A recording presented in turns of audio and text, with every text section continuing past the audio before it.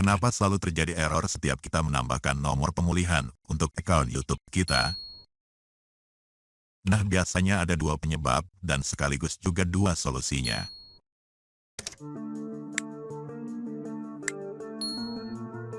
Baik lewat PC atau komputer, lewat laptop maupun lewat HP. Pertama, karena terjadi error. Error itu bisa disebabkan karena koneksi jaringan yang kita gunakan lagi bermasalah.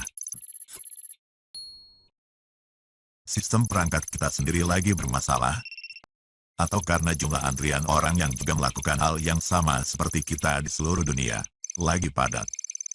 Dan bisa juga kebetulan ada gangguan pada server Google sebagai pusat sistemnya.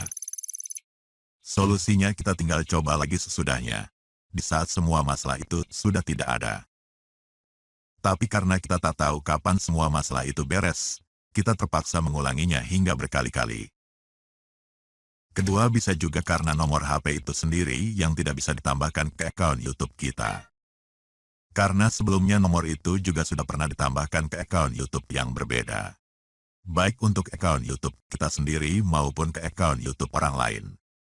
Karena Google sebagai pusat sistemnya, secara resmi memang membatasi, satu nomor itu hanya bisa ditambahkan ke beberapa akun saja. Walaupun hingga kini saya belum menemukan rilis resminya untuk berapa akun maksimalnya. Tapi berdasarkan pengalaman saya selama ini, biasanya satu nomor itu hanya bisa ditambahkan untuk 2 akun dalam range 1 tahun. Setelah masuk ke tahun berikutnya, baru nomor yang sama bisa ditambahkan lagi ke akun Google yang berbeda. Jadi solusinya kita tinggal pilih. Mau menunggu berakhir batas waktu 1 tahun dulu, atau menggunakan nomor HP lain yang berbeda.